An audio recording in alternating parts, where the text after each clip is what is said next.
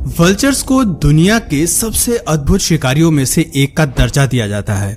ये जीव भले ही फूड चेन में टॉप के प्रीडेटर माने जाते हैं, लेकिन डरावने होने के साथ साथ ये काफी अनहाइजीनिक भी होते हैं। इस बात को कोई झुठला नहीं सकता कि वल्चर्स जंगल के बाकी पक्षियों की तरह नहीं है। इनके फीचर्स, उड़ने का तरीका और अपने शिकार को मारने की हिम्मत कमाल की है। एक बेहतरीन इम्यून सिस्टम के साथ इनके पास मजबूत पेट होता है जो इन्हें कुछ भी पचाने की क्षमता देता है। यही वजह है कि हमें इनकी डाइट में बेहद वैरायटीज देखने को मिलती हैं। सीधी भाषा में कहें तो ये हर तरह के शिकार को पचा सकते हैं, लेकिन एक चीज है जिसे ये नहीं पचा पाते और वो है मैन मेड पॉइजन। इंसानों के चलते आज वल्चर्स की जिंदगी पर मौत का खतरा मंडरा रहा है। आज की वीडियो में चलिए जानते हैं कि इंसान इन जीवों के पीछे क्यों पड़े हैं और वो इन्हें मारने के लिए कौन सा तरीका अपनाते हैं। एनिमल किंगडम कई जानवरों का घर है। यही एक खासियत है कि ज्यादातर प्रीडेटर भूख मिटाने के लिए शिकार करते हैं। भोजन की तलाश में वो काफी दूर दूर तक जाते हैं, लेकिन जब दूर दूर तक खाने की कमी हो जाती है तो ये जीव स्कैवेंजर्स बन जाते हैं। स्कैवेंजर्स यानी कि वो जीव जो ज्यादातर सड़ने वाले मांस या पौधों को खाकर अपना गुजारा चलाते हैं। शेर से लेकर हाइना, चीता, भालू और यहाँ तक कि वुल्फ भी भोजन की कमी पर सड़े गले मांस को खाते हैं। वल्चर्स भी इन्हीं जीवों में से एक हैं जो शिकार करना भी जानते हैं और फूड सोर्स की कमी होने पर सड़े गले मांस पर जिंदा रहना भी जानते हैं। यहाँ जरूरी बात यह है कि ये जीव ऐसा तब करते हैं जब जंगल में इनके पास भोजन के तौर पर कोई दूसरा ऑप्शन नहीं होता। स्कैवेंजर्स हमारे एनवायरनमेंट के लिए भी काफी जरूरी है, क्योंकि इस तरह के जीव प्रकृति को साफ रखने का काम करते हैं। आपको बता दें कि हर कोई पक्षी सड़े मांस को खाने का आदी नहीं होता। इस तरह की डाइट को पचाने के लिए एक स्ट्रॉन्ग इम्यून सिस्टम की जरूरत होती है जो हर किसी में मौजूद नहीं होती। इसके अलावा बहुत से जीवों को जिंदा रहने के लिए कुछ स्पेसिफिक फूड न्यूट्रिशंस की जरूरत होती है जो उन्हें स्पेसिफिक फूड सोर्स से मिलते हैं। खैर, दिलचस्प बात यह है कि ये स्थिति वल्चर्स जैसे पक्षी पर लागू नहीं होती। फूड वेब में इनका विशेष महत्व होता है क्योंकि इकोसिस्टम को साफ करने जैसी जरूरी जिम्मेदारी इनके सर पर होती है। सड़े गले मांस को खाकर ये उन बैक्टीरिया को खत्म कर देते हैं जो जंगल के बाकी जानवरों में बीमारी फैला सकते हैं। इस तरह से बाकी जानवर भी सुरक्षित रहते हैं और इकोसिस्टम को भी नुकसान नहीं पहुंचता। अगर आप सोच रहे हैं कि आखिर बीमारी फैलाने वाले खतरनाक बैक्टीरिया को वल्चर कैसे पचाता है, तो आपको बता दें कि इनका पेट बेहद मजबूत होता है।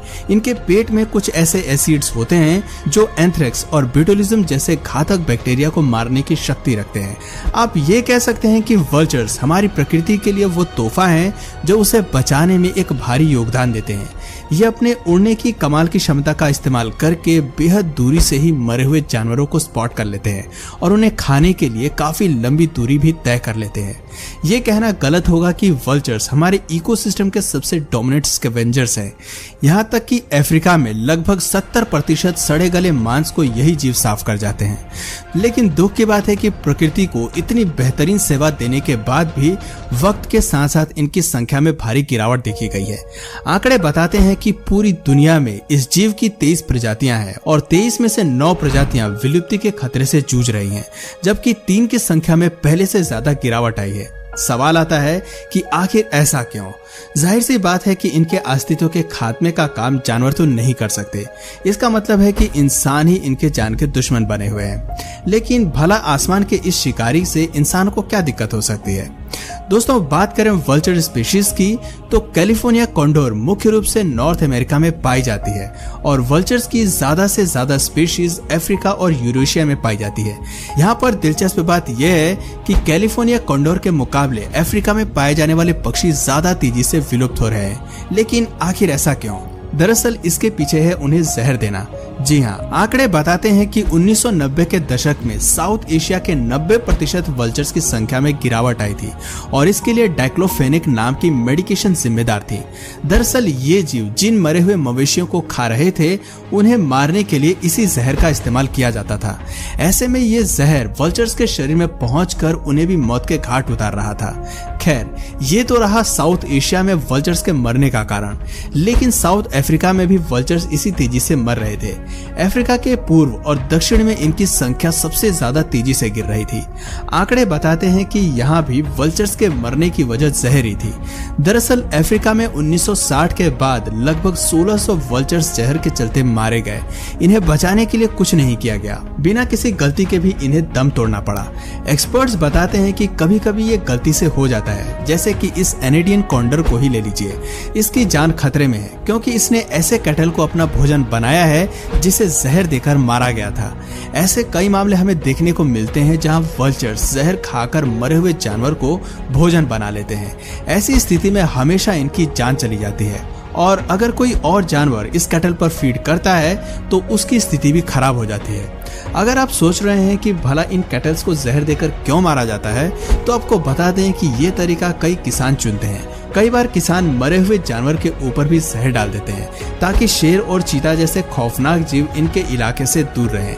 ये तरकीब कई बार वल्चर्स पर भी भारी पड़ जाती है क्योंकि जाल किसी और के लिए बिछाया जाता है और इसमें वल्चर्स फंस जाते हैं। इस तरह के एक्सीडेंट्स के अलावा कई बार जानबूझकर भी वल्चर्स को मारने की कोशिश की जाती है।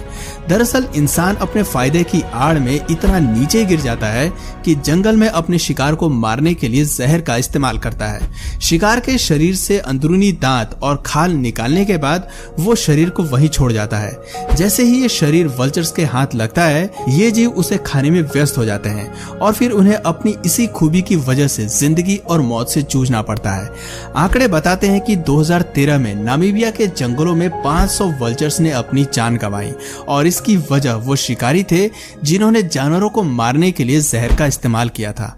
इसके अलावा आंकड़े ये भी बताते हैं कि पिछले 30 सालों में वल्चर्स की 62% संख्या शिकारियों द्वारा इस्तेमाल जहर के चलते हुई थी। साइंस की नजर से देखें तो वल्चर्स इसलिए भी कम हो रहे हैं क्योंकि ये जीव 1 या 2 सालों में केवल एक बार अंडे देते हैं। इनमें प्रजनन की प्रक्रिया काफी धीमी और कम होती है। गिरती संख्या के साथ अपने लिए मादा पार्टनर की तलाश करना वल्चर्स के लिए काफी मुश्किल है। ऐसे में पार्टनर ना मिलने की वजह से ये जीव अपनी संख्या रिस्टोर करने में पूरी तरह असमर्थ हैं। एनिमल किंगडम में अपने खास फीचर के चलते भले ही ये डोमिनेंट प्रेडेटर रहे हैं, लेकिन 30 सालों में संख्या की कमी के चलते ये काफी कमजोर पड़ गए हैं। आपने वो कहावत तो सुनी ही होगी कि अकेला शेर कभी भी जंगल पर राज नहीं कर सकता। बस समझ लीजिए कि अकेले वल्चर्स के लिए भी अपनी सत्ता बनाकर रख पाना काफी मुश्किल होता है। हालांकि हमारे पास जंगल में और भी ऐसे कई जीव हैं जो वल्चर्स की भूमिका निभा सकते हैं और जंगल को साफ करने का काम कर सकते हैं, लेकिन ये समाधान जितना आसान दिखाई देता है, असल में उतना ही पेचीदा है। दरअसल वल्चर्स का काम जंगल में बाकी स्कैवेंजर्स की संख्या को कंट्रोल करना भी होता है।